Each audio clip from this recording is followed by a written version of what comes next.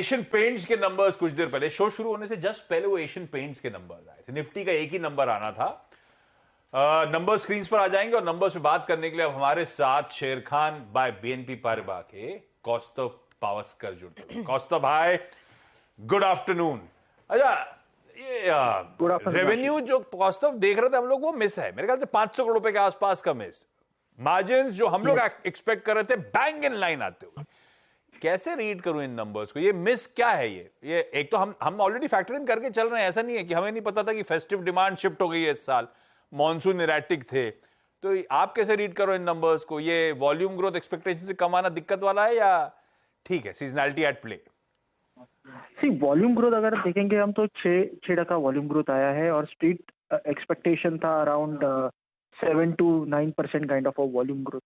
दिक्कत value decline में है, जहाँ पे 5% रियलाइजेशन डिक्लाइन आया। तो मुझे लग रहा है कि थोड़ा बहुत डाउन ट्रेडिंग हो सकता है। मास मतलब जो लोअर एंड प्रोडक्ट्स है उनकी बिक्री थोड़ी ज़्यादा हुई है। सेकेंड फैक्टर ये है कि फेस्टिव जो है वो Q3 में आया हुआ है, तो थोड़ा बहुत हम सेल्स एक्सपेक्ट कर सकते हैं कि Q3 में मूव ऑन हो जाए। बट ओवरऑल अगर हम सेंटीमेंट पॉइंट ऑफ व्यू से देखेंगे तो रूरल अभी भी रिकवर होना बाकी है, तो वहाँ पे तो ऑब्वियसली वो सिचुएशन इम्प्रूव नहीं हुई है डिमांड पॉइंट ऑफ व्यू से, तो वो अभी भी एक कंसर्निंग फैक्टर है। और वॉल्यूम ग्रोथ हमें लग रहा है कि Q3 में थोड़ा बहुत इम्प्रूव हो जाएगा, बट एक कंसिस्टेंट इम्प्रूवमेंट रहेगी कि नहीं, ये मायने रखता है कि जो टियर 2 टियर 3 टाउन्स या रूरल डिमांड वहाँ पे रिकवरी कैसी आती है, उसके ऊपर काफ़ी फैक्टर करता है। तो Q3 में थोड़ा बहुत एक्सपेक्ट कर सकते हैं वॉल्यूम ग्रोथ इम्प्रूव हो जाएगी। जो फेस्टिव जो सेल्स Q2 में नहीं हुए थे शायद थोड़े बहुत हो सकते हैं Q3 में, और उसका थोड़ा एक अच्छा इम्पैक्ट आ सकता है वॉल्यूम पे। बट कंसिस्टेंसी रहेगी कि नहीं, ये आई थिंक डिमांड एनवायरनमेंट कैसे शेप अप होता है उसके ऊपर कहेंगे।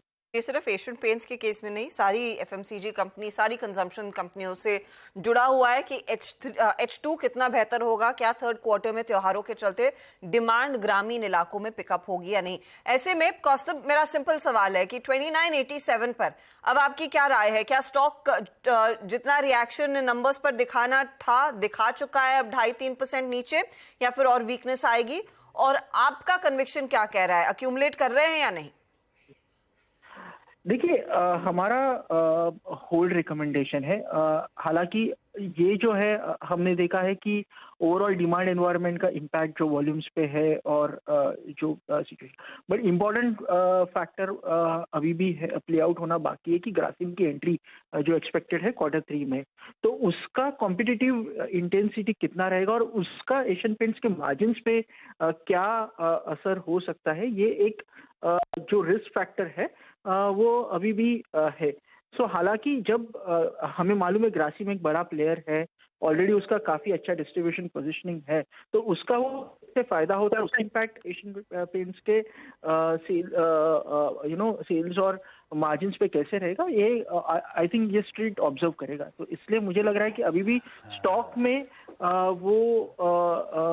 एक वी कैन से कि एक स्टैग्नेंसी रहेगी। मुझे नहीं लग रहा है कि एक्यूमुलेशन लेवल अभी भी है। आई थिंक इससे बेटर हमें मौका मिल सकता है आगे चल। तो होल्ड करने की सलाह अगर आपके पास है, नई खरीदारी की राय इस समय नहीं है, क्योंकि शायद कुछ और पेन से गुजर सकता है ये काउंटर। एशियन पेंट आपके सामने 2.5% नीचे। शुक्रिया कौस्तव हमारे लिए